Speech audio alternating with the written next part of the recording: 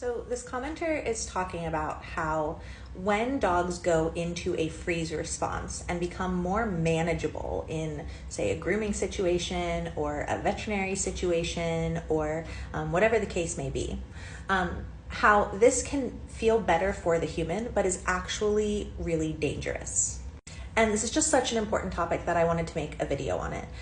So a common scenario is that, the human at home will try to trim the dog's nails, and they take them to the groomer, and the groomer says, oh yeah, he was fine. There was no problem. And we go, that's really weird. This dog, who normally doesn't even let anyone touch his feet, was just totally fine with having all of his nails trimmed. And what happens is, if we picture our stress scale, green, yellow, orange, red, right? Green is good levels of stress hormones. Then we move into an area with that yellow where the majority of the body's resources are still going towards that thinking brain. It's sort of how we can imagine it, but there's sort of a delay. The dog is coping with the stress. They're trying to come back down. For better or worse, their coping skills may or may not be on point. In that orange zone, we're seeing more of a trend towards that emotional brain, that survival brain. We're getting adrenaline. We're getting sort of this full body response to the stress. We're going to see, things like dilated pupils, excessive shedding and dander, that sort of thing. Then we move into red. That's where we see fight, flight, fawn, fidget.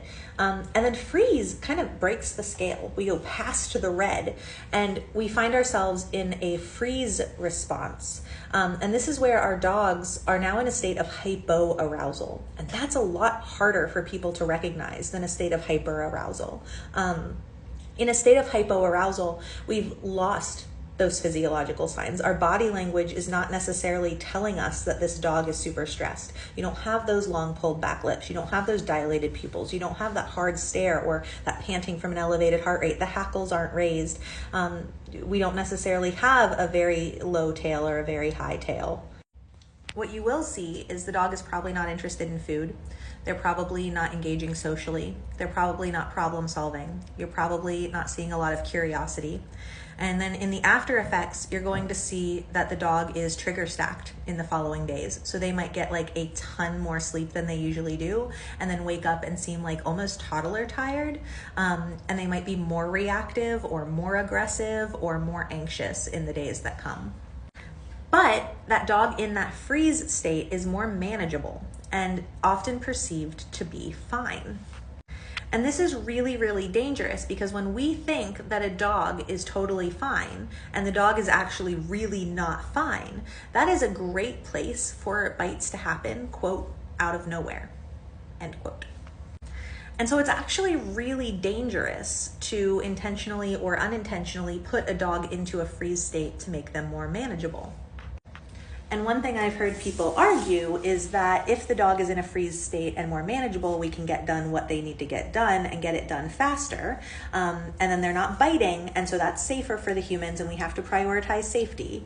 And that argument just really falls apart because the dog is going to quickly build a stronger and stronger aversion for that procedure or that space or that person or whatever they're associating with that traumatic time.